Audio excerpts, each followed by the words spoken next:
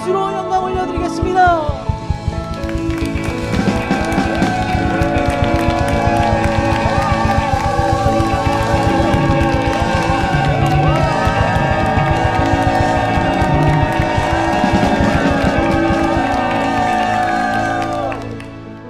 이 시간 함께 올려드린 모든 찬양으로 마음문 활짝 열어주시고 귀한 진리의 말씀 가득 담아가시는 시간 되었으면 좋겠습니다.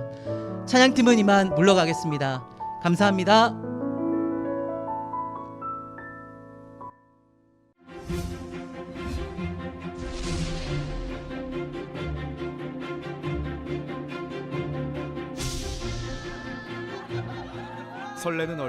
உற்சாகத்தோடு நடந்து கொண்டு பட்டதாரி உடைகளை அணிந்து கொண்டிருக்கிற இவங்க யாரு? சின்சோன்சி இயேசு கிறிஸ்துடைய சபைக்கு கீழே இருக்கிற சியோன் கிறிஸ்தவ மையத்தின் பட்டதாரிகளாக இருக்கிறாங்க. விசேஷமாக இந்த அமைப்புல முழு வேதாகமத்தையும் இவங்க கற்றுக்கொண்டு அந்த பரீட்சையில தேர்ச்சி பெற்று சின்சோன்சி இயேசு கிறிஸ்துவின் சபையில உற்றவிசர்களாக இருக்கிறாங்க.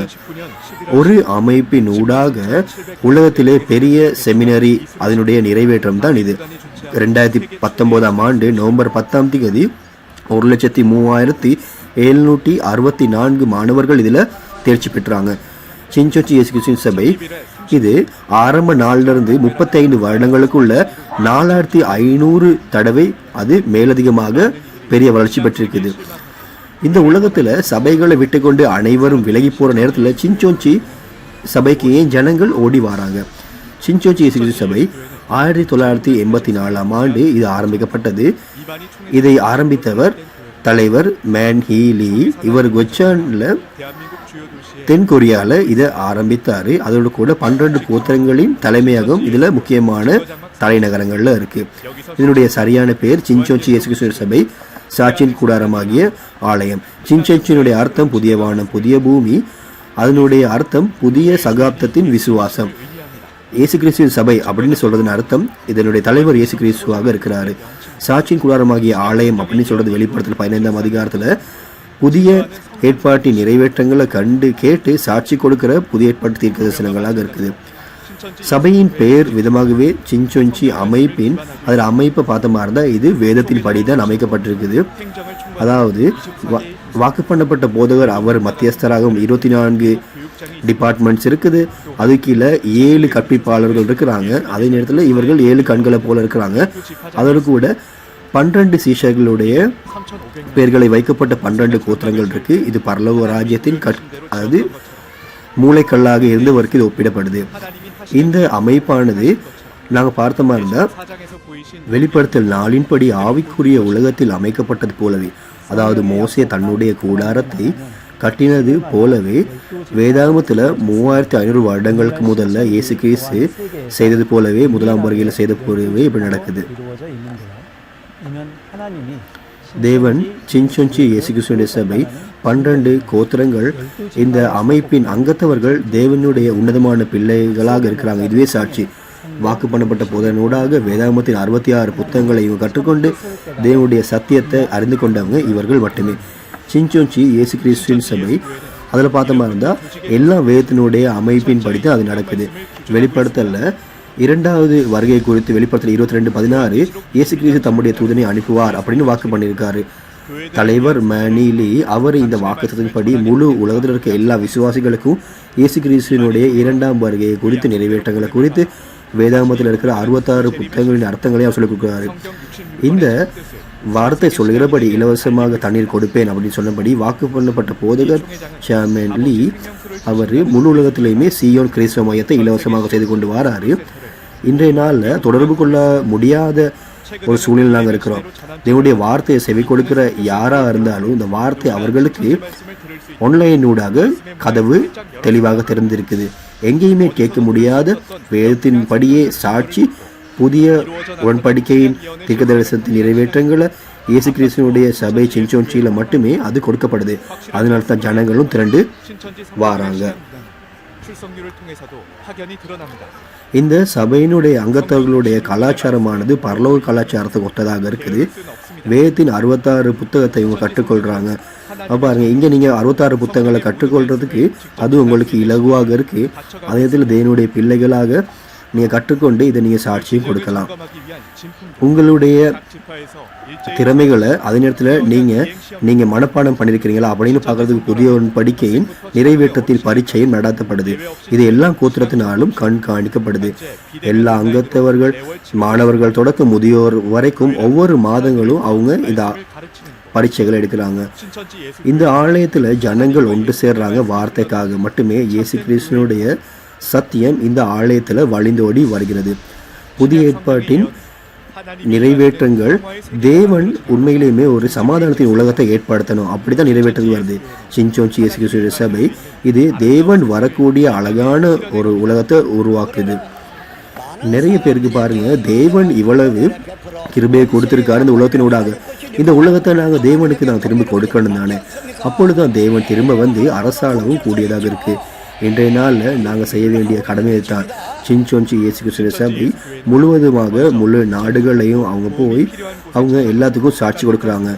எல்லா அமைப்புகளும் அதாவது சின்சோன்சி சபையின் அங்கத்தவர்களை இவங்களுடைய ஊழியர்களை அவங்க ஏற்றுக்கொள்கிறாங்க.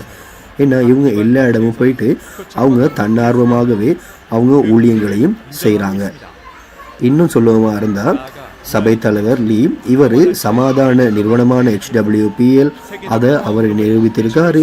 இதனூடாக 2000 வருடங்களுக்கு முதல்ல இயேசு கிறிஸ்து சமாதானத்தை எருசலேமுக்கு ஏற்படுத்துவேன் அப்படின்னு சொன்ன விதமாகவே சமாதானத்தின் உலகத்தை வாக்கு பண்ணப்பட்ட போதகரின் வார்த்தைக்கு அமைய இந்த சமாதானத்திற்கைகளை சேமன் லீ செய்து வருகிறார்.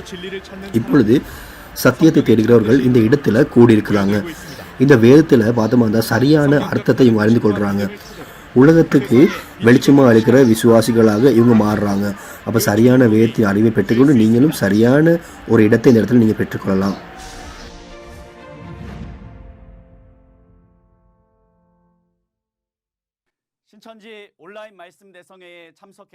சின்சோன்சி ஆன்லைன் கருத்தரங்குக்கு வருகை தந்திருக்கும் அனைத்து மேய்ப்பர்கள், அனைத்து மாணவர்கள், பரிசுத்தவான்கள் அனைவரையும் நாங்கள் வாழ்த்தி வரவேற்கிறேன். இந்த கருத்தரங்கு பொறுப்பாக இருக்கிறது நான் தான். இன்றைய நாள்லையும் கூட இப்படியான சின்சோன்சி கருத்தரங்குக்கு நீங்கள் வந்திருப்பதனால உங்களுக்கு நான் நன்றி செலுத்துகிறேன். இங்கே வந்திருக்கிற அனைவரும் தேவனுடைய சத்திய வார்த்தையை தேடி வந்திருக்கிறீங்க அப்படின்னு நான் விசுவாசிக்கிறேன். சத்தியத்தை தேடி இந்த இடத்துக்கு நீங்கள் வந்திருப்பீங்களாக இருந்தால் நான் உங்களுக்கு சொல்கிறேன், நீங்கள் சரியான இடத்துக்கு தான் தேடி வந்திருக்கிறீங்க. இன்றைக்கு கொடுக்கப்படுற இந்த வார்த்தையினால் நீங்கள் ஒரு நாளும் கேட்டில்லாத உலகத்தில் முதல் முறையாக கேட்குற வார்த்தைகளாக இருக்கும். அதனால் முழுமையாக உங்களுடைய இருதயங்களை திறந்து வார்த்தையோடு நாங்கள் ஒன்றிணைந்து இந்த நேரத்தை பயன்படுத்தி கொள்வோம். இப்படியாக இருக்க நாங்கள் ஆரம்பத்தில் ஜெபம் பண்ணி இந்த வார்த்தைக்கு செவி கொடுப்போம்.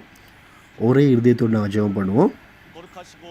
பரிசுத்தமான தகப்பனே தேவனே, இன்றைய நாளில் இந்த நேரத்திலும் கூட தேவனும் இயேசு கிறிஸ்துவையும் நேசிக்கிற நேசத்துக்குரிய சகோதர சகோதரிகள் ஒரு இடத்துல ஒன்று கூடி தேவனுடைய வார்த்தையை பேசுகிறதுக்காக இந்த வாய்ப்பை கொடுத்ததுக்காக நன்றி செலுத்துகிறோம். உங்களுடைய மகிமைக்காக நன்றி. இது எல்லா மகிமையும் தேவனை பெற்றுக்கொள்ளணும். எங்களுக்கு இது ஒரு கிருபியான நேரமாக இருக்கட்டும். தேவனால் காலத்துக்கு காலம் உடன்படிக்கை கொடுக்கப்பட்டது.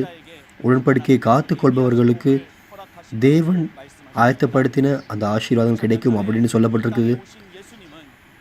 ரொம்ப காலத்துக்கு முதல்ல வந்த இயேசு கிறிஸ்து அவர் பழைய ஏற்பாட்டு தீர்க்க தரிசனங்கள் எல்லாத்தையும் நிறைவேற்றி அவர் மறுபடி வரும்படியாக நம்மோடு புதிய உடன்படிக்கையின் வார்த்தைகளை வாக்கு பண்ணியிருக்கிறாரு. அதில் கூட இந்த புதிய உடன்படிக்கையான வெளிப்படுத்தலை காத்து கொள்பவர்களுக்கு பரலோக ராஜ்யம், நித்திய ஜீவன், சதா கால ராஜ்யம் இது சீக்கிரமாக வரட்டும். இன்றைய நாளில் இந்த சின்சோன்சி கருத்தரங்கின் ஊடாக நாங்கள் அனைவரும் புதிய உடன்படிக்கையை காத்துக்கொள்கிற ஒரு பாதை அமையட்டும். நாங்கள் அனைவரும் தேவன் இயேசு கிறிஸ்துவோடு ஒன்றாக இந்த வாய்ப்பை எங்களுக்கு ஏற்படுத்தி கொடுத்துருங்க. ஏசாயா 1 அதிகாரம் சொல்வது போல நீங்கள் பேசுவீங்களாக இருந்தால், நீங்கள் அறிக்கையிடுவீங்களாக இருந்தால் உங்களுடைய பாவங்கள் அது அகற்றப்படும். அதற்கு கூட தானியல் புத்தகத்தில் சொல்லப்படுற மாதிரியே கடைசி காலங்களில் அனைவரும் ஞானத்தை தேடுவார்கள். இப்படிப்பட்ட வசனத்துக்கு ஏற்ப நாங்கள் அனைவரும் எங்களுடைய சொந்த காரியங்கள் நான் நினைக்கிறதை விட தேவனுடைய வார்த்தையோடு நாங்கள் பயணிக்க நீங்கள் தேவனே எங்களை வழிநடத்துங்க. அதோடு கூட புதிய உடன்படிக்கையை காத்துக்கொண்டு தேவனுடைய ராஜ்யத்தின் ஜனங்களாக மாற எங்களுக்கு கிருபையை கொடுத்துருங்க. இது அனைத்தையும் இயேசு கிறிஸ்துவின் நாமத்தினால ஜெபிக்கிறோம். நாங்கள் அனைத்தையுமே ஜீவனை கொடுத்த இயேசு கிறிஸ்துவின் நாமத்தினால ஜெபம் கேட்கிறோம். ஆமேன்.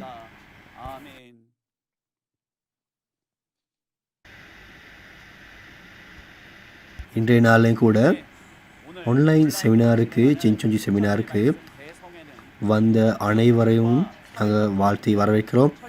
அதே நேரத்தில் இந்த நேரத்தில் பாருங்கள், கொரோனாவுக்கு நாங்கள் பாதுகாப்பாக இருக்க வேண்டிய சகல முயற்சிகளையும் எடுத்து தான் இந்த கருத்தரங்கை நாங்கள் செய்கிறோம். சோய்ஜன் குறித்து இப்பொழுது நாங்கள் ஒரு காணொலியை நாங்கள் பார்ப்போம். சில நேரத்தில் வந்து சின்சொஞ்சி அப்படின்னு கேட்குற நேரம், அதே நேரத்தில் ஈமன்லி அவரை நீங்கள் கேட்குற நேரம், அவரோட பேர் கேட்குற நேரம் ஒவ்வொரு காரியங்களும் நீங்கள் நினைப்பீங்க. இன்றைக்கு இந்த வீடியோ காணொலியை நீங்கள் பார்த்து நீங்கள் அறிந்திருந்த சின்சொஞ்சியா, நீங்கள் அறிந்திருந்த வாக்குப்படப்பட்ட போதகரா அப்படின்னு இதை பார்த்து நீங்கள் அதை கணிப்பிட்டு கொள்ளுங்கள். கணிப்பிட்டு கொண்டு உங்களுடைய இருதயங்களை மாற்றிக்கொள்ளுங்கள். உடன்படிக்கையை நாங்கள் காத்துக்கொள்வதோடு தேவனுடைய வார்த்தையை நாங்கள் மாற்றாமல் ஒருவரும் செய்ய முடியாத சமாதானத்தின் காரியங்களை செய்து கொண்டு போகிற இந்த வாக்குப்படப்பட்ட போதகரை குறித்து நாங்கள் பார்ப்போம். சின்சொஞ்சி இயேசு கிறிஸ்துவின் சபையின் சாட்சியின் கூடாரமாகிய ஆலயத்தின் சபை தலைவர் சோய்ஜனிம், அவர் தேவனுடைய கட்டளையின்படி, பரலோகத்தின் கட்டளையின்படி சகல வெளிப்படுத்தினுடைய காரியங்களை சாட்சி கொடுக்கிறார்.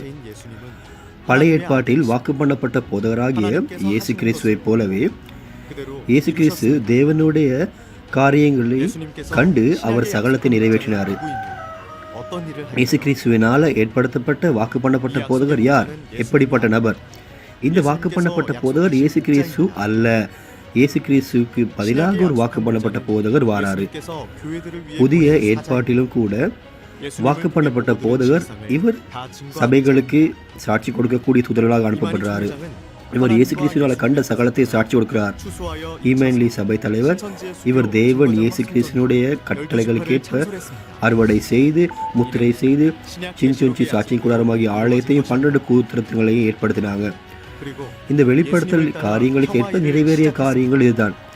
இயேசு கிறிஸ்து சொன்ன விதமாகவே சமாதானத்தின் காரியங்களை செய்தார்.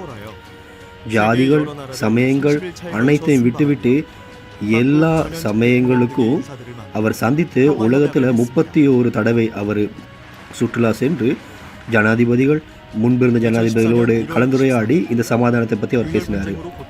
2014 1/24 பிலிப்பைன் நாட்டில் யுத்தங்கள் இருக்கிற நேரம் அந்த சமாதானத்துக்காக, அந்த யுத்தத்தின் சமாதானத்துக்காக பிலிப்பி அந்த நாட்டுக்கு போய் சமாதானத்தை பற்றின அந்த கட்டளைகளை அவர் ஏற்படுத்தினார்.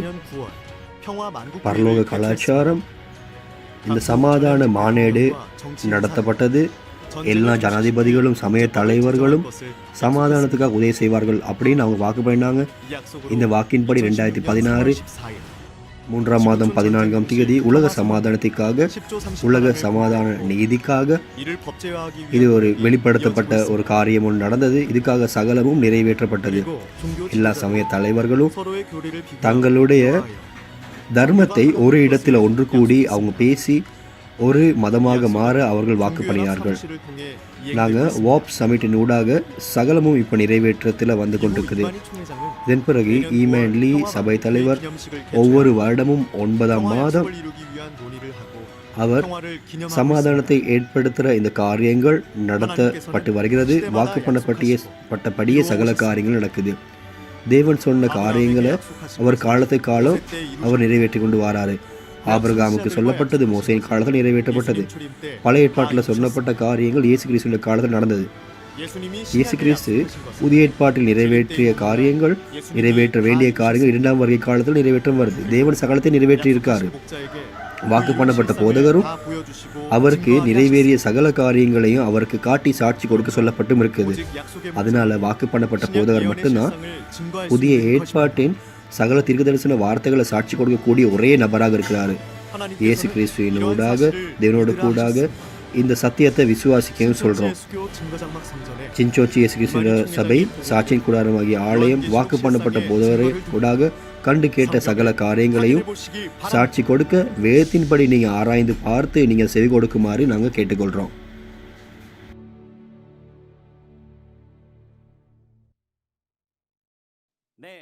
ஆம், இப்பொழுது இன்றைக்கு முக்கியமான நேரம், ஜீவனுள்ள வார்த்தையை செவி கொடுக்கிற நேரம். சின்சொஞ்சி சபையினூடாக வெளிப்படுத்தலின் வழியாக இந்த வார்த்தையினூடாக கருத்தரங்கு இது முதல் முறையாக மட்டுமே செய்யப்படலை. நீங்கள் பார்த்தீங்களா இருந்தால் அந்த காணொளியில் பார்த்த விதமாகவே 1984 ஆண்டு வரைக்கும் முழு உலகமெங்கும் இப்படியான செமினார் நடத்தப்பட்டு வந்தது.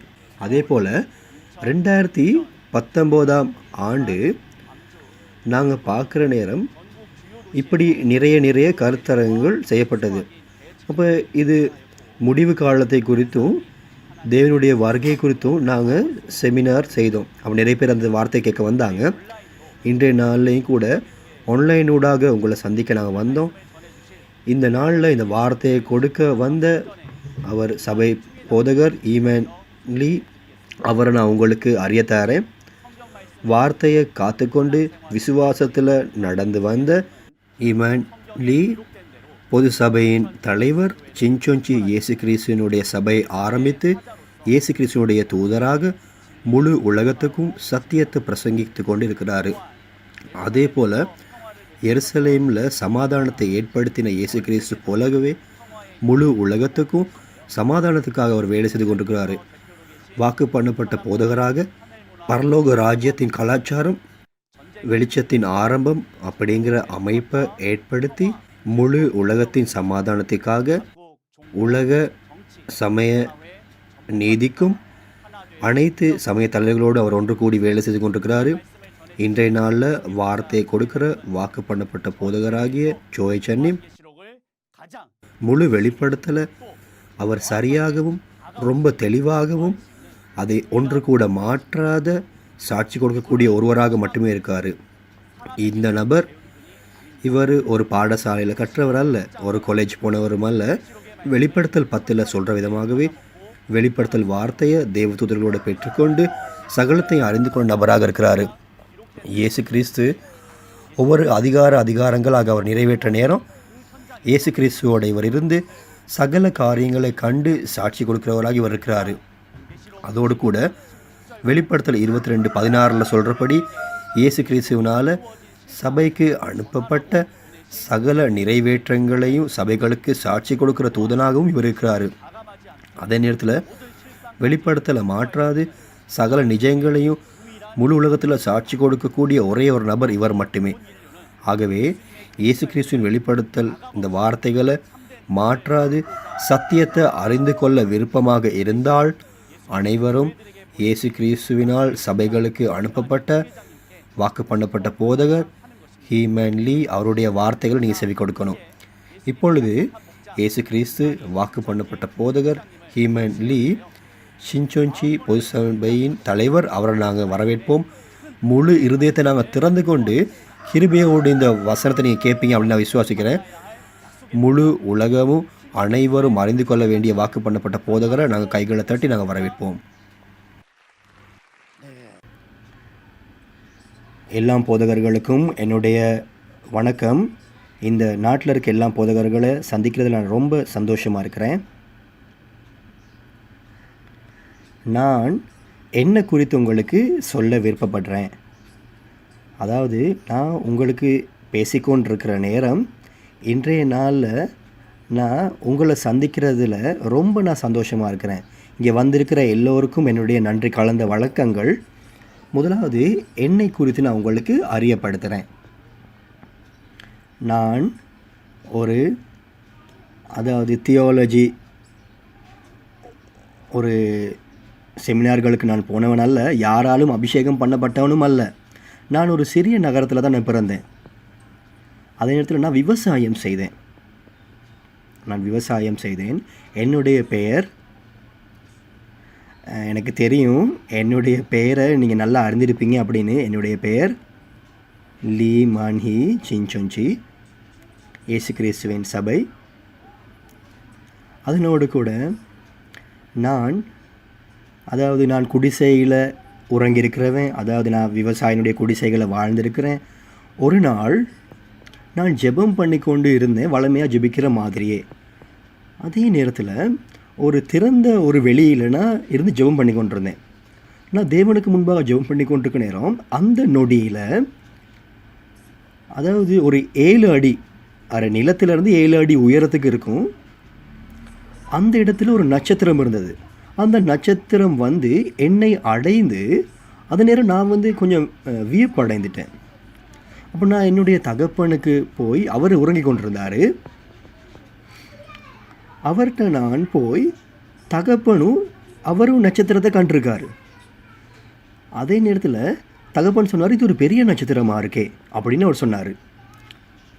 அதோடு கூட ஒரு பழமொழி ஒன்று இருக்குது, அதாவது ஒரு உயர்ந்த மனிதன் தோன்ற நேரம் ஒரு நட்சத்திரம் தோன்றும் அப்படிங்கிற ஒரு பழமொழி ஒன்று இருக்குது. அப்போ அவர் சொன்னார் என்னதுன்னா, இந்த நாட்டில் ஒரு பெரிய உயர்ந்த மனிதன் தோன்ற போகிறாரு அப்படின்னு அவர் சொன்னார். அதாவது அந்த நட்சத்திரத்தை நான் கண்ட பிறகு, அதன் பிறகு நட்சத்திரத்தினால் வழிநடத்தப்பட்டு நான் வந்து மேலே வழிநடத்தப்பட்டு கொண்டு போனேன். அதாவது நான் மலைக்கு எடுத்துக்கொள்ள போனேன். அதே நேரத்தில் இரத்தத்தினால் தேவனோடு உடன்படிக்கை நான் செய்தேன். அந்த நேரம்தான் முதல் என்னுடைய வாக்குத்தத்தம், என்னுடைய உறுதியை நான் தேவனுக்கு நான் எடுத்தேன். அதாவது நான் தேவனே உம்மை பின்பற்றுவேன் அப்படின்னு நான் சொன்னேன். அதற்கு முன்பாக சபையை பற்றியும் இந்த தியாலஜி பற்றியோ எனக்கு ஒன்றுமே தெரியாது, சமயத்தை பற்றி ஒன்றுமே தெரியாது. அந்த நேரத்தில் நான் வந்து விவசாயம் தான் செய்து கொண்டிருந்தேன். அந்த நேரத்தில் தொடங்கி நான் தேவனுடைய கிரியைகள் நான் செய்து கொண்டு வரேன். மறுபடியுமாக நான் உங்களுக்கு சொல்கிறேன், நான் வந்து தியாலஜி ஸ்கூல் போனதும் அல்ல, நான் ஒன்றுமே நான் அறியாதவன், நான் விவசாயம் மட்டும்தான் செய்து கொண்டிருந்தேன். பாருங்கள், அப்போ நீங்கள் புரிஞ்சுக்கொள்ளணும், அப்போ இப்படியான ஒரு சூழ்நிலை, ஒரு வரலாறு எனக்கு இல்லை. நான் அதாவது புத்தகத்திலிருந்து ஒன்றும் நான் கற்றுக்கொண்டவனும் அல்ல. பாருங்கள், உண்மையிலுமே இதை குறித்து எனக்கு ஒன்றுமே சொல்ல முடியாது, நான் கற்றுக்கொண்டவனே இல்லை. இயேசு கிறிஸ்து அவர் தேவனுடைய குமாரனாக இருந்தார். ஆனால் அவர் சொன்ன காரியம் என்னது? யோவான் 5:17 அவர் சொல்கிறாரு, அவர் தகப்பன் செயலுடைய காரியங்களை தான் அவரும் செய்கிறாரு அப்படின்னு சொல்லியிருந்தார். அதே மாதிரி தான் நானும், அதாவது நான் கண்ட காரியங்களை தவிர்த்து வேறொன்றுமே என்னால் சொல்ல முடியாது. அப்போ நான் கண்ட காரியங்கள், கேட்ட காரியங்கள் அப்படின்னு நாங்கள் பார்த்தமாக இருந்தால், இப்போ பாருங்கள், எங்களுக்கு இந்த மீட்டிங் இருக்க நேரமும் கூட இந்த வார்த்தை கருத்தரங்கு இருக்குது. அப்போ இந்த வார்த்தை கருத்தரங்குக்காக நான் என்னாலேயே இந்த வார்த்தையை நானாகவே கற்றுக்கொள்ளவும் இல்லை. நான் தேவன் எனக்கு என்ன செய்ய சொல்கிறாரோ அந்த காரியங்களை தான் நான் செய்கிறேன், அதை மட்டுமே தான் நான் செய்தேன். அதனோடு கூட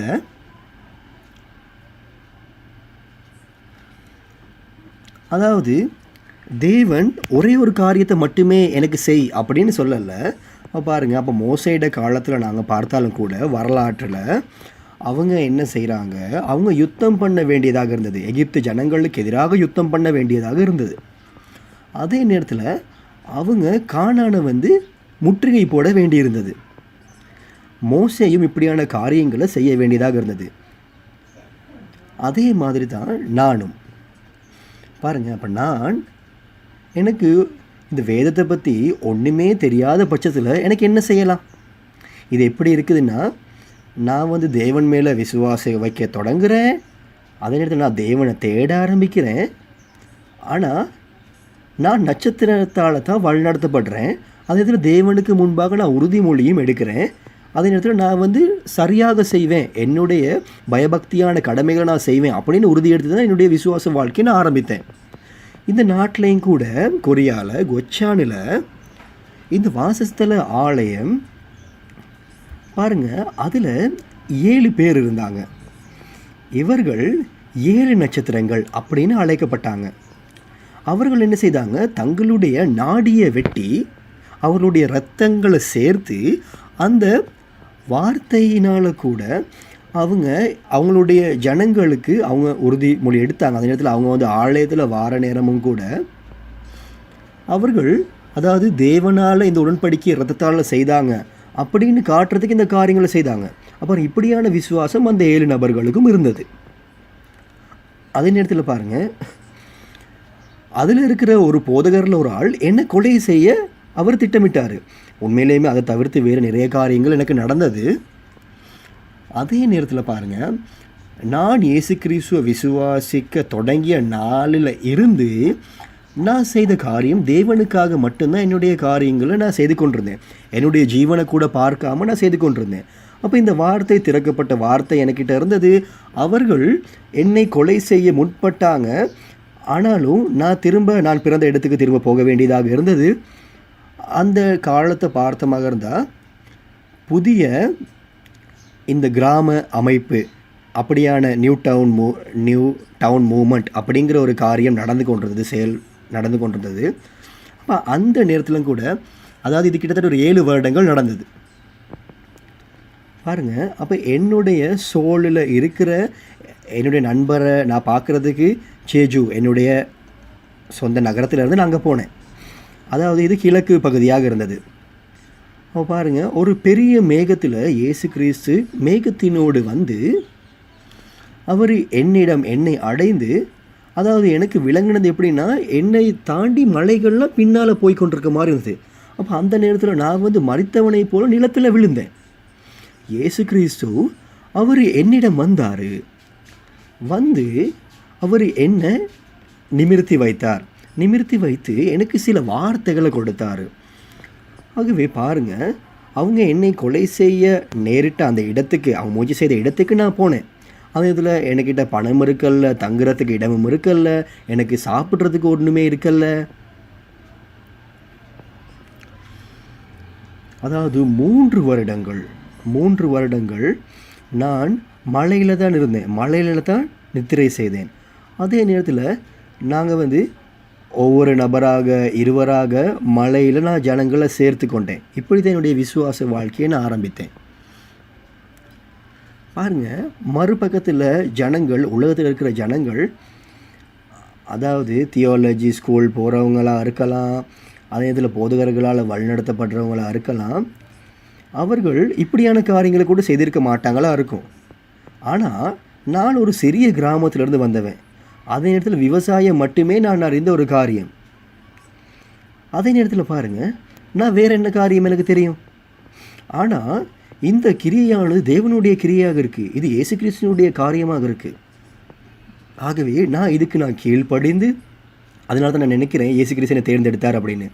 அந்த நொடியில் இருந்து நான் உண்மையிலேயுமே சீக்கிரமாக நாங்கள் வளர்ந்தோம்.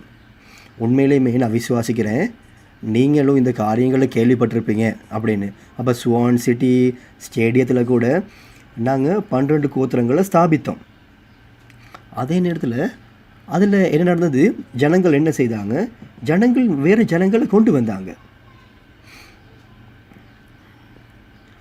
அங்கே நாங்கள் பார்க்குற நேரமும் கூட நிறைய செய்திகள் பரவுனது, நிறைய ஜனங்கள் அங்கே ஒன்று திரண்டாங்க. ஆகவே நாங்கள் சீக்கிரமாகவே வளர்ந்தோம். நான் உண்மையிலேயுமே விசுவாசிக்கிறேன், அதாவது தேவன் மட்டுமே ஒரு காரியத்துக்காக என்ன வேலை செய்ய முயற்சிக்கிறாரு அப்படின்னு நினச்சேன். ஆனால் அப்படி இல்லை, இன்னொரு காரியமும் இருக்குது. அதாவது உலக கலாச்சார சமாதானத்தை நாங்கள் ஏற்படுத்த, அதாவது யுத்தங்களை நிறுத்துறது. பாருங்கள், இந்த யுத்தத்தை நிறுத்துறது நீங்கள் வாயால் சொல்கிறது மூலம் நிறைவேற்றக்கூடிய காரியம் இல்லை. நான் நிறைய ஜனாதிபதிகளை நான் சந்தித்திருக்கிறேன். ஒவ்வொரு உலகத்துலேயும் கூட அவங்களோட நான் வாக்கு பண்ணியிருக்கிறேன். அவங்களும் வாக்கு பண்ணாங்க என் கூட. அதோடு கூட நான் உலகம் முழுவதும் சுற்றி 31 நேரம் உலகத்தை நான் சுற்றி, நான் இது எல்லா உடன்படிக்கைகளையும் நான் பதிவு செய்து வச்சுருக்கிறேன். நான் வச்சுருக்கிறேன் அந்த காரியங்களை. இப்படித்தான் நான் சமாதான கிரிகளை செய்தேன். இந்த கோவிட் காரணத்தின் நிமித்தமாக நாங்கள் எல்லா காரியங்களையும் நாங்கள் நிறுத்தி வைத்திருக்கிறோம். அதோடு கூட முன்பு காலத்தில் கூட மோசே பாருங்கள், அவர் என்ன அறிந்திருந்தார்? அவர் இஸ்ரவேல்கிட்ட பேசுகிற நேரம் அவர் என்ன அறிந்திருந்தார்? அவன் பாருங்கள், அப்போ மோசே என்னென்ன காரியங்களை என்னென்ன செய்தார், அதாவது மோசே அவர் காரியங்களை எழுதியிருக்காரு. அதே நேரத்தில் அவர் கேட்ட காரியங்கள், அதாவது தேவன்கிட்ட அவர் கேட்ட காரியங்கள், அதே நேரத்தில் இஸ்ரவேலருக்கும் அதே காரியங்களை தான் போய் சொன்னார். தேவன்கிட்ட கேட்ட காரியங்களை போய் சொன்னார். அதே மாதிரி தான் நான் ஒரு போதகர்கிட்ட ஒன்றையுமே நான் செவி கொடுத்து கேட்டதில்லை. ஆகவே நானும் மோசையே போலத்தான் இப்படின்னு காரியங்கள் பாருங்கள். நான் முன்பு காலத்தில் செய்த மாதிரி தான் நானும் செய்கிறேன். அதாவது இயேசு கிறிஸ்து என்ன சொல்கிறாரு, என்னுடைய தகப்பன் அவர் கிரியை செய்கிறார், அதனால தான் நானும் கிரியை செய்கிறேன் அப்படின்னு இயேசு கிறிஸ்து சொன்ன விதமாகவே நான் செய்கிற எல்லா காரியங்களும் என்னுடைய தகப்பன் செய்கிற காரியங்களை பார்த்து தான் நானும் செய்கிறேன். நானும் அதே சூழ்நிலையில் தான் நானும் இருக்கிறேன்.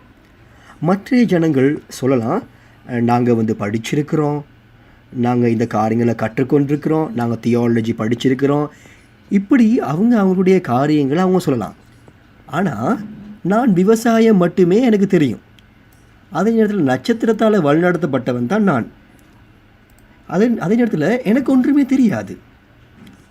மோசே செய்த விதமாகவே தான் நாங்களும் செய்தோம். அதாவது இயேசு செய்கிற மாதிரியே, மோசே செய்த மாதிரியே, அதாவது நான் கேட்டு கண்ட காரியங்களை தவிர்த்து எனக்கு ஒன்றுமே தெரியாது. அதே நேரத்தில் பாருங்கள், நான் வேதத்தை நான் பார்க்குற நேரமும் கூட,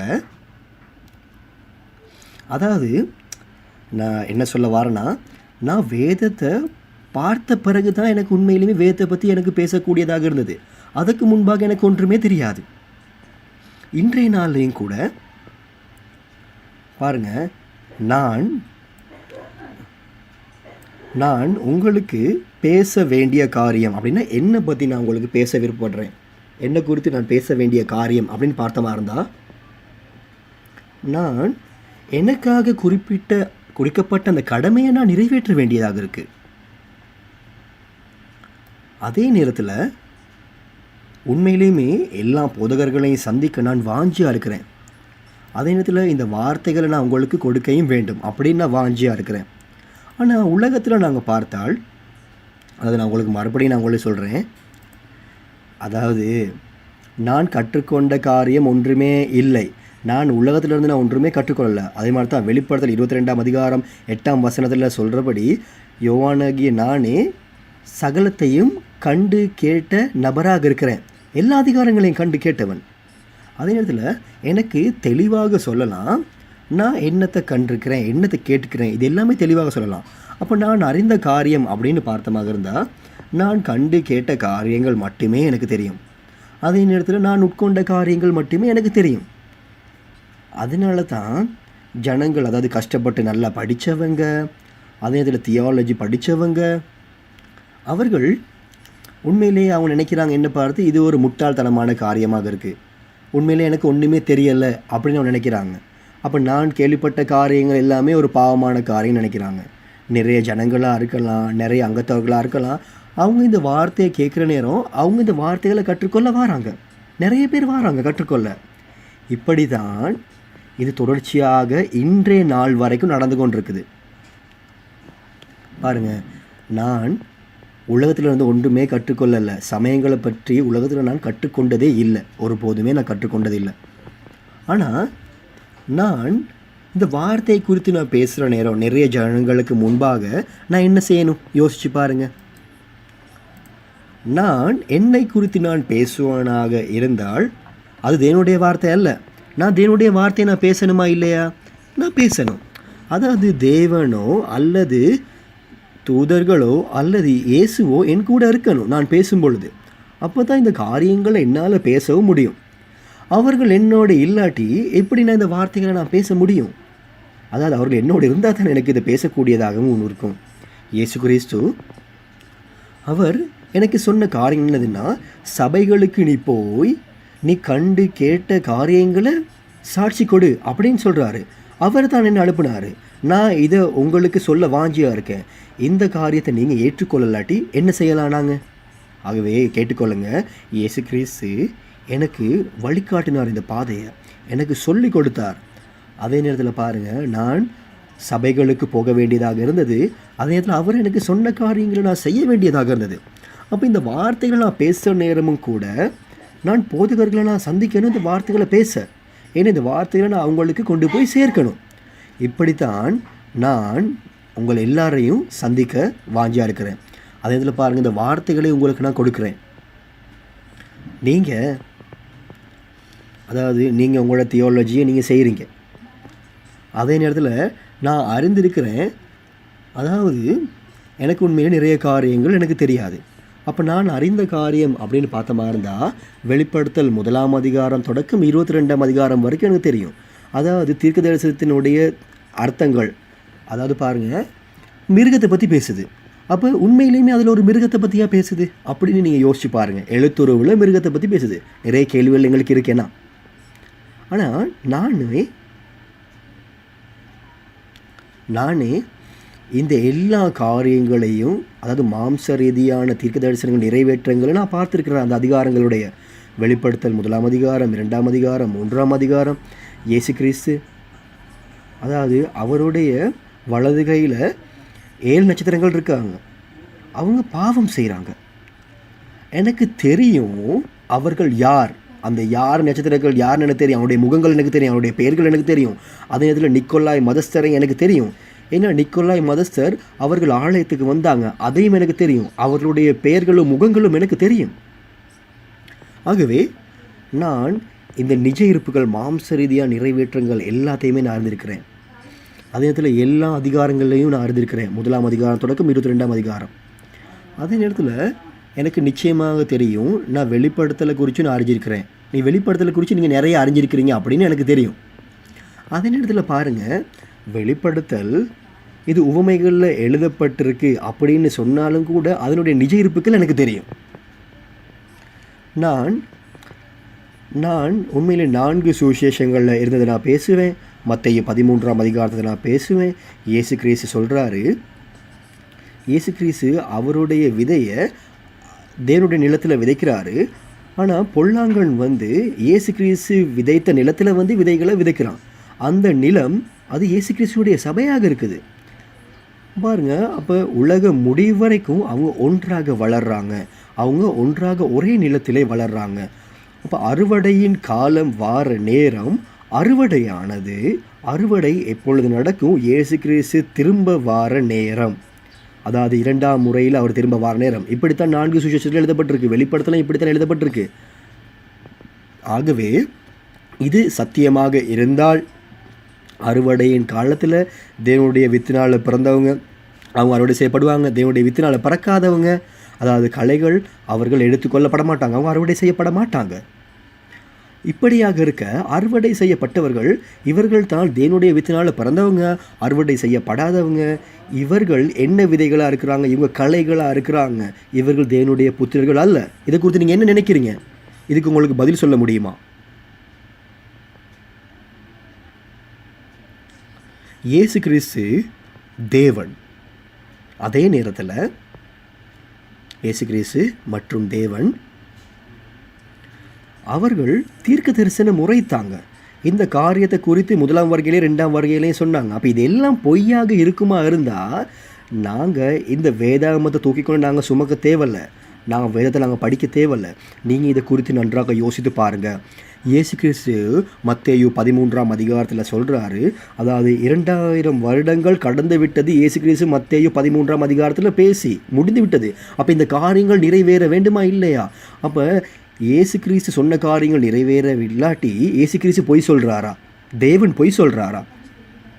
எரேமியா 31ஆம் அதிகாரத்தில் இயேசு கிறிஸ்து வர்றதுக்கு முன்பாகவே எரேமியா தீர்க்கதரிசியின் ஊடாக புதிய காரியத்தையும் 2 விதமான விதைகளை விதைக்கிறதையும் புதிய உடன்படிக்கை ஏற்படுத்துறதையும் இயேசு கிறிஸ்து சொல்கிற காரியங்கள் நடக்கும் அப்படின்னு சொல்கிறாரு. அப்போ அந்த காலத்தில் இருந்து 600 வருடங்களுக்கு பிறகு இயேசு கிறிஸ்து வாரார். எரேமியா காலத்துலேருந்து 600 வருடங்கள் பிறகு இயேசு கிறிஸ்து வாராரு. இயேசு கிறிஸ்து 2 விதைகளை விதைக்கிறாரு. இந்த காரியம்தான் மத்தேயு 13:24 எழுதப்பட்டிருக்கு. இந்த தீர்க்க தரிசனமானது எரேமியினால் தீர்க்க தரிசனம் உரைக்கப்பட்டது. அதே நேரத்தில் இது இயேசு கிறிஸ்துவினால் நிறைவேற்றம் பெறுது. ஆகவே இயேசு கிறிஸ்து தேவனுடைய விதையை விதைக்கிறாரு. எதிரிகள் அவங்களுடைய விதைகளை விதைக்கிறாங்க. 2 விதமான விதைகள் அறுவடை காலம் வரைக்கும், உலகத்தின் முடிவு வரைக்கும் ஒன்றாகத்தான் வளர்றாங்க. ஆகவே உங்களுடைய சபை அங்கத்தவர்களும் பாருங்கள், அதுக்குள்ளே 2 விதமான விதைகள் இருக்குமா இல்லையா? என்ன வேதாகமம் பொய் சொல்லாது. அப்போ இந்த 2 விதமான விதைகளுக்குள்ள தேவனுடைய வித்தினால் பிறந்தவர்கள். அப்போ 2ஆம் வருகை காலத்தில் அதாவது நான் என்ன சொல்ல வரேன்னா, இயேசு கிறிஸ்து முதலாம் வருகை காலத்தில் விதை விதைக்கிறாரு. அதே நேரத்தில் தேவனுடைய வித்தினால் பிறந்தவர்கள் அவங்க எடுத்துக்கொள்ளப்படுறாங்க, அறுவடை செய்யப்படுறாங்க. அதே தேவனுடைய வித்தினால் பிறக்காதவங்க அவங்க நிலத்திலே விடப்படுறாங்க. நீங்கள் இந்த காரியத்தை நீங்கள் வாசிக்கணும். மத்தேயு 13ஆம் அதிகாரம் 24ஆம் வசனம் தொடக்கம் 30ஆம் வசனம், அதோட கூட 37 தொடக்கம் 39 நீங்கள் வாசிக்கணும். இதில் இந்த காரியம் தான் சொல்லப்படுது. ஆகவே நீங்கள் தேவனுடைய வித்தினால் பிறந்திருக்கீங்களா, அதே இதில் சாத்தானுடைய வித்தினால் பிறந்திருக்கீங்களா அப்படின்னு பார்த்து நீங்கள் சொல்லலாம். அதாவது உங்களுடைய வாயினால் நான் இப்படி அல்ல அப்படின்னு எவ்வளவு தூரம் நீங்கள் சொன்னாலும் அது உண்மையாக முடியாது. அப்போ இது உண்மையாக இருக்குமாக இருந்தால் நாங்கள் வேதத்தை தூக்கி வீச வேண்டியதான். நீங்கள் சொல்கிறீங்க, அதாவது என்னுடைய ஆலயம், அதாவது நீங்கள் சொல்கிறீங்க என்னுடைய ஆலயத்தில் சத்தியம் இருக்குது அப்படின்னு நீங்கள் சொல்கிறீங்க. ஆனால் உங்களுக்கு சொல்ல முடியுமா நீங்கள் தேவனை விட உயர்ந்தவங்க அப்படின்னு?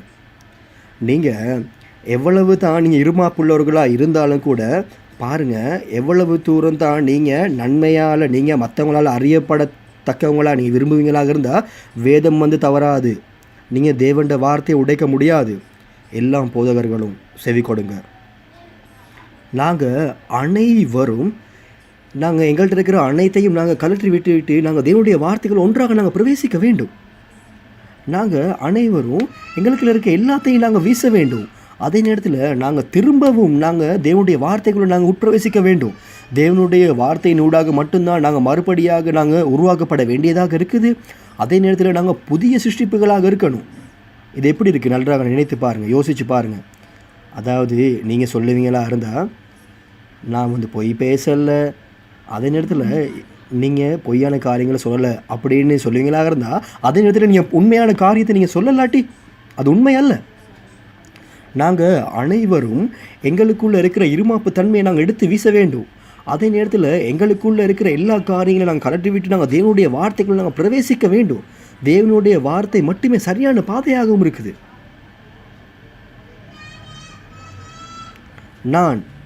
நான் உண்மையிலே உங்களுக்கு சொல்ல விருப்பப்படுற காரியம் என்னதுன்னா, நான் இந்த வார்த்தைகளை பற்றி உங்களுக்கு நான் சொல்லலாட்டி, இந்த காரியத்தை நான் என்ன குறித்து உங்களுக்கு நான் அறியப்படுத்தலாட்டி இது என்னுடைய பிழையாக மாறிடும். இந்த வெளிப்படுத்தலை உங்களுக்கு கொடுக்கும்படியாக நான் வந்திருக்கிறேன்.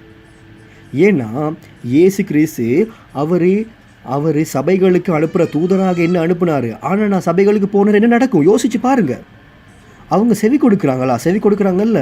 அவங்களுடைய வார்த்தைக்கு செவி கொடுக்குறாங்க இல்லை. அதாவது பாருங்கள், சபைகள் இருக்குது. அதாவது சில சபைகள் எழுதப்பட்டிருக்கு அறுவடையாளர்களுக்கு இடமில்லை அப்படின்னு எழுதப்பட்டிருக்கு. இதை குறித்து யோசித்து பாருங்கள். நான் சத்தியமான காரியங்கள் நான் பேசணுமா இல்லையா?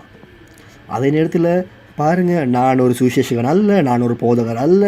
அதே நேரத்தில் நான் எந்த விதமான தியோலஜி பாடசாலைகளுக்கு நான் கலந்து கொண்டவனும் அல்ல. நான் இயேசு கிறிஸ்து எனக்கு சொன்ன காரியங்களை மட்டுமே நான் செய்கிறேன். அது மட்டுமே தான். அதை தவிர்த்து வேறு ஒன்றுமே நான் செய்கிறது இல்லை. எல்லாருமே என்ன பாருங்கள், புரொட்டஸ்டன்ட் சபையில் இருக்கிற எல்லாருமே பாருங்கள், நீங்கள் உண்மையிலேயுமே வேறு போதுகட்டதை நீங்கள் கற்றுக்கொண்டிருப்பீங்க. அப்போ நான் யார்கிட்டது நான் கற்றுக்கொண்டிருக்கிறேன்? நான் யார்கிட்டது கற்றுக்கொண்டிருப்பேன்? இயேசு கிறிஸ்து மட்டுமே எனக்கு கற்றுக் கொடுத்தார். அவர் எனக்கு சகல காரியங்களையும் காட்டினார். அதே நேரத்தில் அவருடைய வார்த்தைகளை கொடுத்தார். அது அவ்வளோ மட்டும்தான். ஆகவே இந்த காரியத்தை குறித்து, அதாவது வெளிப்படுத்தல் மற்றும் புதிய ஏற்பாட்டை குறித்து அவர் எனக்கு இந்த காரியங்களை புசிக்க கொடுத்தாரு. இப்படித்தான் நான் இந்த காரியங்களை நான் அறிந்து கொண்டேன். அதாவது இந்த காரியம் நானாகவே கற்றுக்கொண்ட காரியம் எல்லாம் இல்லை. அதாவது நாங்கள் உலகத்தில் இருக்க எல்லாரையும் ஒன்று கூட்டி நாங்கள் வேதாகமத்தில் ஒரு பரீட்சையை வைத்து நாங்கள் இப்படியா கண்டுபிடிச்சோம் இல்லை. என்ன பாருங்கள், நாங்கள் இப்போ வேதாகமத்தில் இருக்க எல்லாரையும் கூட்டி நாங்கள் பரீட்சை வைச்சமாக இருந்தால் நாங்கள் அறிந்து கொள்ளலாம் இந்த காரியத்தை. அப்போ உண்மையிலே எக்ஸாமுக்கு நீங்கள் நல்லா ஆயத்தமாகி நீங்கள் நல்லா படிச்சுட்டு வரலாம். நான் தூங்கி கொண்டிருப்பேன். இப்படி தான் இந்த காரியங்கள் இருக்கும். நான் ஆவிக்குரிய உலகத்தில் நான் அழைக்கப்பட்டேன். அதாவது நடமாடும் வேதாகமாக நான் அழைக்கப்பட்டேன். அந்த காரியம் மட்டுமே அல்ல, வெளிப்படுத்தல் 22:16 கூட இது நன்றாக தெளிவுபடுத்துது. அதாவது இயேசு கிறிஸ்துவின் தூதன், இயேசு கிறிஸ்து அவருடைய தூதனை சபைகளுக்கு அனுப்புகிறாரு அப்படின்னு சொல்லப்படுது. முதலாம் வருகையிலையும் கூட தேவன் இயேசு கிறிஸ்து அனுப்புனார். அவர் இயேசு கிறிஸ்து அனுப்புனார். அதோடு கூட இயேசு கிறிஸ்துக்கு என்ன நடந்தது? அப்போ இயேசு கிறிஸ்துக்கு ஜனங்கள் என்ன செய்தாங்க? அதாவது இவர் தான் சுதந்திரவாளி, இவரை நாங்கள் கொன்ற தோட்டத்தை நாங்கள் அபகரித்து கொள்ளுவோம் அப்படி தான் நினச்சது உலகம் வெளியரங்கமாக அவங்க போதகர்கள் போல் இருக்கிறாங்க, ஆனால் உள்ளார்ந்ததாக அவங்க எதிரிகளாக இருக்கிறாங்க, தேவனுடைய எதிரிகளாக இருக்கிறாங்க, அவங்களுக்குள்ள எதிராளி இருக்கிறான். இன்றைய நாள்லையும் கூட இது இப்படி தான் நடக்குது, இதே மாதிரியான காரியம் தான் நடக்குது. நன்றாக வெளிப்படுத்தல் 2:3 வாசித்து பாருங்கள். யாருக்கு நியாயத்திற்கும் அதிகாரம் கொடுக்கப்பட்டிருக்கு, யாருக்கு இருப்புக்கோள் கொடுக்கப்பட்டிருக்கு, சகல தேசங்களையும் ஆளும்படியாக. யார் இந்த ஏற்ற வேலையின் உணவை கொடுப்பா, நித்திய ஜீவ உணவை கொடுப்பா. ஒருவர், அதாவது நாங்கள் சொல்லுவோமாக இருந்தால் நாங்கள் போதகர்கள், நாங்கள் எங்களுடைய அங்கத்தவர்களை குறித்து நாங்கள் இதெல்லாம் படித்து கொடுப்போம், இப்படியெல்லாம் எங்களுக்கு சொல்ல முடியாது. ஏன்னா இது எழுதப்பட்ட விதம் இப்படி தான் இருக்குது. நாங்கள் ஒருபோதும் புத்தி இல்லாதவர்கள் போல் இருக்கக்கூடாது. அதாவது ஒன்றுமே தெரியாதவர்களுக்கு, ஆனால் ஒரு நபர் இருக்கார், இதை புரிந்து கொள்ளக்கூடிய ஒருவர் இருக்கார். இதை நீங்கள் சரியாக புரிந்து கொள்ள வேண்டும். இதே போல தான் நாங்கள் எங்களுடைய இருதயத்தை நாங்கள் மாற்றிக்கொள்ள வேண்டும், எங்களுடைய மனதை நாங்கள் மாற்றிக்கொள்ள வேண்டும். நாங்கள் யோசிக்க வேண்டிய காரியம் என்னதுன்னா, நாங்கள் வெளிப்படுத்தலை குறித்து நாங்கள் அறிந்து கொள்ளணும். வெளிப்படுத்தல் என்ன பேசுது, அதாவது வெளிப்படுத்தல் ஒரு பன்றியை குறித்து பேசுமா இருந்தால் பன்றியை நாங்கள் அறிந்து கொள்ளணும்.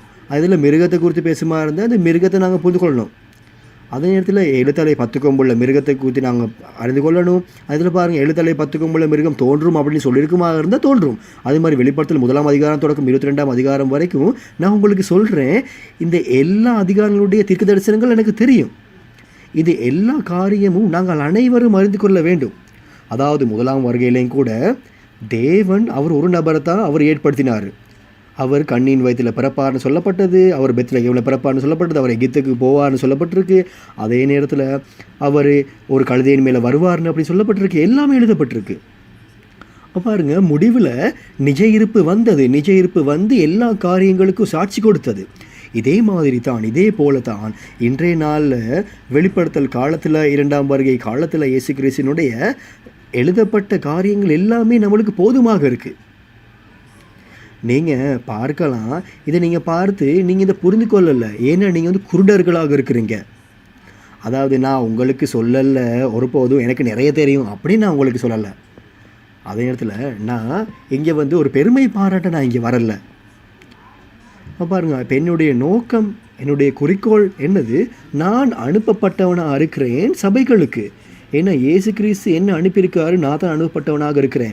இயேசு கிறிஸ்துவை குறித்து நான் நினைக்கிற நேரம், எனக்கு கொடுத்த இந்த கட்டளையை நான் பார்க்குற நேரம், இந்த வார்த்தைகளை உங்களுக்கு கொடுக்கணும் அப்படிங்கிற எண்ணம் மட்டும்தான் என்கிட்ட இருக்குது.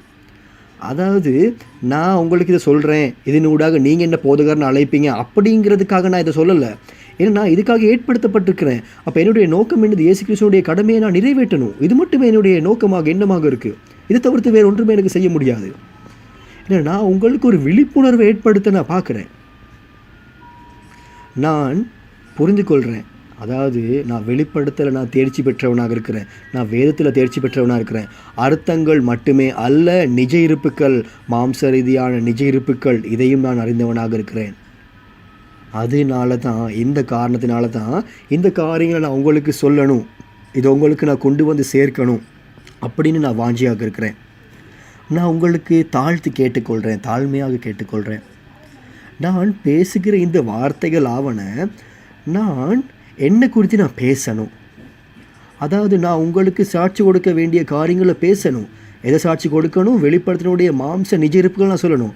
இந்த காரியங்கள் நான் சாட்சி கொடுக்காவிட்டால், அதாவது நான் சொல்லலாட்டி உண்மையிலேயுமே யாரும் இதை குறித்து முறுமுறுக்க போகிறது இல்லை. ஆனாலும் எனக்கு நியமிக்கப்பட்ட கடமையை நான் நிறைவேற்றணுமா இல்லையா, தேவனுடைய கடமை, இயேசு கிறிஸ்துவின் கடமையை நான் நினைத்து நான் கட்டாயமாக இந்த காரியங்களை குறித்து சாட்சி கொடுக்க வேண்டியதாக இருக்குது. ஆகவே நாங்கள் எங்களுக்கு அதிகமாக அறிந்து கொண்டிருக்கிறோம் அப்படின்னு நாங்கள் எங்களை காட்டிக்கொண்டிருந்தோம். அப்போ நாங்கள் அந்த காரியங்கள் நாங்கள் ஒருபோதும் மறுபடி செய்யக்கூடாது. மத்தேயு 24ஆம் அதிகாரத்தில் பாருங்கள், எருசலேமுக்கு என்ன நடக்குது, தேவனுடைய ஆலயத்துக்கு என்ன நடக்குது, அதில் எருசலேம் ஜனங்களுக்கு என்ன நடக்குது. அவர்கள் அவங்க என்ன செய்கிறாங்க, அவங்களுக்குள்ள வந்து துன்மார்க்கம் பெருகுது, அவங்களுக்குள்ள நீதி இல்லை. அதாவது நீதி பெருகல, அவங்களுக்குள்ள துன்மார்க்கத்தனம் பெருகுது. அதனால தான் நாங்கள் பார்க்குறோம், பாழாக்குகிற அருவருப்பு பரிசுத்த ஸ்தலத்துக்குள்ளே வந்துட்டு. அப்போ நாங்கள் விழித்தெழலாட்டி என்ன நடக்கும்? அதாவது இந்த மனுஷ குலத்துக்கு மட்டுமே அல்ல, எங்களுக்கும் நாங்களும் முடிவில் நாங்கள் எதிர்பாராத காரியத்தில் தான் நாங்கள் முடிவு பெறுவோம். ஆகவே நாங்கள் ஒரு நாளும் இந்த காரியத்துக்கு நாங்கள் ஏதாவது சாக்கு போக்கு சொல்லி இதை நாங்கள் தள்ளி வைக்க முடியாது. என்னுடைய இருதயத்துக்குள்ளே என்ன சொல்லுதுன்னா, நான் கண்டு கேட்ட காரியங்கள் எல்லாத்தையும் உங்களுக்கு நான் சொல்ல வேண்டியதாக இருக்குது. எல்லா போதகர்களுமே கேட்டுக்கொள்ளுங்க. நீங்கள் வேதத்தில் தேர்ச்சி பெற்றவங்களாக இருக்கிறீங்களா? நீங்கள் ஆம்னு சொல்லுவீங்களா இருந்தால் நீங்கள் பொய் சொல்கிறீங்க. அதே நேரத்தில் வேதாமத்தில் சொல்லப்படுது, நீங்கள் ஏதாவது வேதாமத்தில் கூட்டி குறைப்பீங்களாக இருந்தால் வெளிப்படுத்தலில் உங்களுக்கு பரலோக ராஜ்யத்தில் பிரவேசிக்க முடியாது அப்படின்னே சொல்லப்படுது. நீங்கள் பரலோகம் போவீங்க அப்படின்னு சொல்லுவீங்களா இருந்தால் அது ஒரு பொய். நீங்கள் இதை மனதில் வைத்துக்கொள்ளணும். பாருங்கள், பரலோகத்துக்கு போகிறதுக்கு யாருமே தகுதி பெற்றவர்கள் இல்லை. நீங்கள் என்னையே நீங்கள் பேசலாம், எனக்கு விரோதமாக சொல்லலாம், ஆனால் உங்களுக்கு நான் சத்தியத்தை சொல்கிறேன். இதுதான் சத்தியம். அதில் சொல்லப்படுது, நீங்கள் வேதாமத்தில் ஏதாவது எடுத்து போட்டிங்களாக இருந்தால் அது பரலோகத்தில் நீங்கள் பிரவேசிக்க முடியாது. அப்படி தான் இயேசு கிறிஸ்து சொல்கிறாரு. அப்போ இயேசு கிறிஸ்து அப்படி சொல்லுவாராக இருந்தால் இயேசு கிறிஸ்து பொய்யா சொல்கிறாரு? இல்லை, அப்படி இல்லை. ஆனால் இந்த வெளிப்படுத்தல் நிறைவேற்றம் அடைகிற நேரம் தேவனுடைய சித்தம் ஒன்று நிறைவேறணுமா இல்லையா? பாருங்கள், ஒரு வசனத்தில் சொல்லுவனாக இருந்தால், அதாவது முதலாம் வருகையில் சந்தோஷமாக இருந்தவங்க இருந்தாங்க. அதே மாதிரி 2ஆம் வருகை காலத்தில் இயேசு கிறிஸ்து திரும்ப வாராரு. ஒரு சகாப்தத்தை முடிக்க அவர் புதிய சகாப்தத்தை உருவாக்குறதுக்கு வாரார். எங்களுக்கு நாங்கள் ரட்சிப்பை பெற்றுக்கொள்கிறதுக்கு, அதே நேரத்தில் நாங்கள் எரிகிற அக்கினி கந்த கடல் எங்களை விட்டு போகிறதுக்கு எங்களுடைய இருதயம் மாறணும், எங்களுடைய பாதை மாறணும். இந்த காரியங்களை நாங்கள் செய்யாவிட்டால் நாங்கள் எப்படி இந்த கவலையான பாதையிலேருந்து நாங்கள் வெளியே வரலாம்? இதை மனதில் வைத்துக்கொள்ளுங்கள். நீங்கள் கட்டாயம் மனதில் வைத்துக்கொள்ளணும். நீங்கள் இதை சரியாக செய்ய வேண்டியதாக இருக்குது. நீங்கள் கட்டாயம் சரியாக செய்யணும். நான் 31 நேரம் உலகத்தை நான் சுற்றி பார்த்துருக்கிறேன். ஆனால் நான் வேதாகமத்தை குறித்து நான் பேசலை. அந்த இடத்துல ஏன் நான் வேதாகமத்தை குறித்து பேசலை அப்படின்னு பார்த்த மாதிரி தான், அதாவது வேதம் எனக்கு புரியாதனால அப்படின்னுலாம் இல்லை. ஏன்னா அவங்களுக்கு காதுகள் கொடுக்கப்படலை, காதுகள் இல்லை அவங்களுக்கு. நான் 31 நேரம் நான் சுற்றியும் கூட நான் வேதாகமத்தை குறித்து பேசலை. ஆனால் ஒரு நாட்டில் நான் பேசினேன், வேதாகமத்தை பற்றி நான் பேசினேன். ஏன்னா அவர் எனக்கு சொன்ன காரியமாவது, அவர் சொல்கிறாரு, அதாவது வேதாகமத்தை குறித்து அவரை தவிர்த்து வேறு யாருமே தெரியாது அப்படின்னு அவர் சொன்னார். அதில் என்கிட்ட அவர் கேள்விகள் கேட்டார்.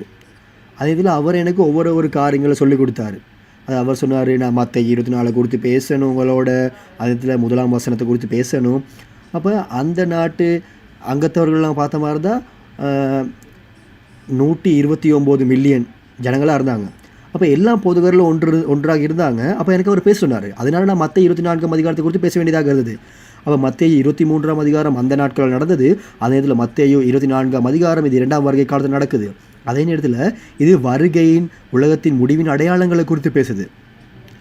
பாருங்க, இந்த காரியத்தை குறித்து எனக்கு பேச சொன்னவருக்கு நான் சொன்னேன் என்னதுன்னா, நீங்கள் தெளிவாக ஒவ்வொரு வசனங்களையும் நீங்கள் பார்க்க வேண்டும். நான் சரியாக பேசுகிறேன்னா இல்லையா நீங்கள் பார்க்கணும். ஏன்னா வேதத்தை குறித்து தான் நான் பேசுவேன், என்னுடைய இருதயத்தில் இருக்க வேதத்தை குறித்து தான் நான் பேசுவேன். அப்படி சொல்லி தான் அவரை நான் பேசினேன். அப்போ ஒவ்வொரு வசனங்களும் அவருக்கு நான் சொல்லி கொடுத்தேன், ஒவ்வொரு வசனங்களையும் குறித்து நான் பேசினேன். அதே நேரத்தில் அவருக்கு நான் சொன்ன காரியம் என்னதுன்னா, நீங்கள் சொன்னீங்க, நீங்கள் என்கிட்ட கேள்விகள் கேட்பீங்க அப்படின்னு எனக்கு சொன்னீங்க, ஆனால் ஏன் கேள்வி கேட்குறீங்கல்ல அப்படின்னு நான் அவங்கள்ட்ட திரும்ப நான் கேட்டேன். ஏன்னா மத்தேயு 24ஆம் அதிகாரம் இது தீர்க்க தரிசனம் 2000 வருடங்கள் முதல் எழுதப்பட்டது. ஆனால் இந்த காரியங்கள் இதில் நிஜ இருப்புக்களை கண்டு கேட்ட நபர் நான் தான். உங்களுக்கு ஏதாவது சொல்கிறதுக்கு விருப்பப்படுறீங்களா அப்படின்னு நான் கேட்டேன். ஏன்னா நீங்கள் ஒன்றையுமே நீங்கள் காணலையே, ஆனால் நான் சகலத்தையும் கண்டவனாக இருக்கிறேன். ஆகவே உண்மையில் யோசித்து பாருங்கள், எவ்வளவு காரியங்கள் நீங்கள் புரிந்து கொண்டிருக்கீங்க அப்படின்னு உங்களுக்கு தெரியும். ஒரு நாளை இருப்பாமல் இருக்கக்கூடாது, அதே இதில் நீங்கள் எரிகிற அக்கினி கந்தைகள் நீங்கள் போடப்படக்கூடாது, நீங்கள் திரும்ப மீள பிறந்து எல்லும். அதே நேரத்தில் நீங்கள் செய்கிற சிறிய சிறிய காரியங்களை வைத்துக்கொண்டு உங்களுக்கு தெரியும் அப்படிங்கிற மாதிரி நீங்கள் செயல்பட முடியாது. என்ன, எனக்கு வேதத்தை பற்றி எனக்கு தெரியும், நான் உலகத்தை சுற்றி நான் போகிறேன், ஆனால் உலகத்தை சுற்றி நான் போகும்போது வேதத்தை நான் சொல்லிக் கொடுக்கல. ஏன்னா ஆனால் அந்த ஒரே ஒரு நாள் மட்டும்தான் நான் மத்தேயு 24 குறித்து பேசினேன். ஏன்னா அவர் என்கிட்ட கேள்வி கேட்டார். அதே போல தான் எல்லா போதகர்களும், இன்றைய நாளில் இருக்கிற எல்லா போதகர்களும் தேவனுடைய சித்தத்தையும் இயேசு கிறிஸ்து சித்தத்தையும் நாங்கள் பின்பற்றணும். நீங்கள் புதிய ஏற்பாட்டு வார்த்தைகளை உங்களுடைய அங்கத்தவர்களுக்கு நீங்கள் கற்றுக் கொடுக்கணுமா? உங்களுக்கு கற்றுக் கொடுக்க முடியலாட்டி அது உங்களுடைய பிழை. ஆனால் நீங்கள் தான் அவங்களுக்கு கற்றுக் கொடுக்கணும். இந்த வார்த்தைகளை நீங்கள் தான் அவங்களுக்கு கற்றுக் கொடுக்க வேண்டும். நான் உண்மையிலுமே உங்களுக்கு எல்லா வார்த்தைகளையும் குறித்து சொல்ல வாஞ்சியாக இருக்கிறேன். வெளிப்படுத்தல் 1-22 அதிகாரம் வரைக்கும் நான் கண்டு கேட்ட காரியங்களை சொல்ல நான் வாஞ்சியாக இருக்கிறேன். எல்லாருமே செவி கொடுங்க. நீங்கள் இந்த வார்த்தைகளை குறித்து கற்றுக்கொள்ள விருப்பப்பட்டவங்களா இருந்தால் நான் எல்லாத்தையும் உங்களுக்கு சொல்லிக் கொடுக்க முடியும். நான் அநேக காரியங்களை கண்டுக்கிறேன். மோசையை விட அநேக காரியங்களை கண்டுக்கிறேன். நான் மோசையை கண்டதை விட நான் அநேக காரியங்களை கண்டுக்கிறேன். ஏன்னா வெளிப்படுத்தலை குறித்து எனக்கு தெரியும். இதுதான் சத்தியம். பாருங்கள், இன்றைய நாளில் இதை நீங்கள் நன்றாக புரிந்து கொள்ள வேண்டும். நீங்கள் அறிந்து கொள்ள வேண்டும் யார் 666 அப்படின்னு நீங்கள் புரிந்து கொள்ள வேண்டும். அதே நேரத்தில் இந்த அடையாளத்தை பெற்றுக்கொண்டவங்க யார் அப்படின்னு நீங்கள் புரிந்து கொள்ள வேண்டும். அதாவது மிருகத்தின் அடையாளத்தை பெற்றுக்கொண்டவங்க யார், அவங்க யாரை வணங்குறாங்க, இது எல்லாமே நான் கண்டிருக்கிறேன். அதே நேரத்தில் இதை தவிர்த்து ஒரு சத்தியம் இல்லை. ஏன்னா நீங்கள் புரிந்து கொள்ளாத காரியங்கள், அதாவது நீங்கள் எல்லாத்தையுமே நீங்கள் புரிந்து கொண்டே இல்லை. அதாவது நீங்கள் நாளில் சொல்லுவீங்களாக இருந்தால் அந்த நாளில் நான் உங்களுக்கு சகலத்தையும் நான் சொல்லிக் கொடுப்பேன். அதே நேரத்தில் அந்த நாளுக்காக அந்த நாள் வரும்னு நான் காத்திருக்கிறேன். எல்லா போதகர்களுமே நான் நினைக்கிறேன் நீங்கள் நன்றாக இருக்கீங்க அப்படின்னு. அதே நேரத்தில் நீங்கள் நன்றாக கிரியை செய்கிறீங்க, வேலை செய்கிறீங்க. அப்போ நாங்கள் இன்னமும் அதிகமாக தேவனுக்காகவும் இயேசு கிறிஸ்துக்காகவும் எங்களுடைய அங்கத்தவர்களுக்காகவும் நாங்கள் காரியங்களை சொல்லிக் கொடுக்கணும். அப்போ நாங்கள் ரொம்ப முயற்சி எடுத்து ஓடுவோம். என்னுடைய வார்த்தையை நான் இங்கே முடிக்கிறேன். நன்றி. இந்த உன்னதமான வார்த்தையை நம்மளுக்கு கொடுத்த படைத்தவரான தேவனுக்கும் இயேசு கிறிஸ்துக்கும் வாக்கு பண்ணப்பட்ட போதகராகிய ஜோஜனிக்கும் நாங்கள் கைகளை தட்டுவோம். வார்த்தையை நீங்கள் கேட்டிருக்கீங்க. இப்போ எப்படி இருந்தது இந்த வார்த்தை? உண்மையிலேயுமே பாருங்கள் எவ்வளவு ஒரு பிரயோஜனமாக இருந்தது. நேர்த்தியாக எங்களுக்கு சொல்லி தந்தாங்க. மறுபடி அடுத்த முறை என்ன நம்மளுக்கு சொல்லி தரப்போகிறாங்க அப்படின்னு நாங்கள் எதிர்பார்த்து கொண்டிருக்கிறோம். 2 நாட்கள் நாங்கள் ஒன்று கூடி வெளிப்படுத்தல் 1-22 காரியங்களை கண்ணால் கேட்ட காரியங்களை சாட்சி கொடுக்குற அந்த நேரம் எங்களுக்கு கிடைக்கும். சின்சோன்சியின் வாக்கு பண்ணப்பட்ட போதகர், புதிய உடன்படிக்கையான வெளிப்படுத்தல், அதற்குள்ள 4 சுவிசேஷ புத்தகங்கள், இதில் இருக்கிற சகல தீர்க்க தரிசன வார்த்தைகள் அனைத்தையுமே அறிந்திருக்கிற போதகராக இருக்கிறாரு. அதனுடைய காரணம் என்னென்னா, வெளிப்படுத்தலை நிறைவேற்றதுக்கு சகலத்தையும் கண்டு கேட்டு சாட்சி கொடுப்பவர் வாக்கு பண்ணப்பட்ட போதகராகிய ஜோஜனி தான் இருக்கார். அவர் வெளிப்படுத்தல் நிறைவேற இடத்துல இருந்து வெளிப்படுத்தல் 1-22 வரை எழுதப்பட்ட காரியங்களுடைய சத்தியம் சகலத்தையும் அவர் அறிந்திருக்கிறாரு. முழு உலகத்திலையுமே வெளிப்படுத்தலை நன்றாக அறிந்த ஒரே ஒரு விதமான சாட்சியை கொடுக்கக்கூட, சத்திய சாட்சியை கொடுக்கக்கூடிய ஒரே ஒரு நபர் அவர் மட்டும்தான். ஆகவே நாங்கள் மறுபடி வந்து வெளிப்படுத்தினுடைய வார்த்தைகளை நாங்கள் திரும்ப கேட்போம். அதோடு கூட நாங்கள் அடுத்த முறை இருக்கிற எஜுகேஷன் நான் உங்களுக்கு சொல்கிறேன். இன்றைக்கு இந்த நீங்கள் பெற்றுக்கொண்ட வார்த்தையை நீங்கள் கேட்டுக்கொண்டு உங்களுக்கு இன்னும் ஆர்வம் வந்திருக்கும். இதை நாங்கள் இன்னும் மறந்து கொள்ள நீங்கள் மறுபடி இதை கற்றுக்கொள்கிறதுக்கு சின்சோஞ்சிக்கு நம்ம பார்த்த மாதிரி இருந்தால் ஒவ்வொரு தேசங்கள்லேயும் 12 கோத்திரங்கள் இருக்குது. அதில் வாக்கு பண்ணப்பட்ட அவர்கிட்ட இருந்து கற்றுக்கொண்ட கோத்திர தலைவர்கள் இருக்கிறாங்க. அவங்கள்ட்ட இருந்து அந்த இடத்துக்கு பொறுப்பான இன்றைக்கு கற்றுக் கொடுத்த விதமாகவே கருத்தரங்கு கோத்திர தலைவரினூடாக உங்களுக்கு கொடுக்கப்படும். இப்பொழுது எங்களுடைய காலம் வந்தபடினால இப்பொழுது சின்சோன்சி இயேசு கிறிஸ்துவினுடைய சபையை நாங்கள் நிறைவு கொண்டு வருவோம். நாங்கள் ஜெபத்தில் ஆரம்பித்தோம். அதோடு கூட நாங்கள் பரலோக ஜெபத்தில் நாங்கள் முடிவு செய்வோம். நாங்கள் அனைவரும் பரலோக ஜெபத்தை நாங்கள் சொல்லுவோம். பரலோகத்தில் இருக்க எங்கள் பிதாவே, உம்முடைய நாமம் பரிசுத்தப்படுவதாக, உம்முடைய ராஜ்யம் வருவதாக, உம்முடைய சித்தம் பரலோகத்தில் செய்யப்படுவது போல உலகத்தில் செய்யப்படுவதாக. எங்கள் அனுதின உணவை எங்களுக்கு இன்று அளித்தருளும். எங்களுக்கு தீமை செய்தவர்களை நாங்கள் பொறுப்பது போல எங்கள் பாவங்களையும் பொறுத்தருளும். எங்களை சோதனைக்குட்படுத்தாதையும் தீமையிலிருந்து எங்களை மீட்டரட்சித்து காத்துக்கொள்ளும். ராஜ்யம், வல்லமை, மகிமை என்றென்றும் உம்முடையவைகளே. ஆமேன்.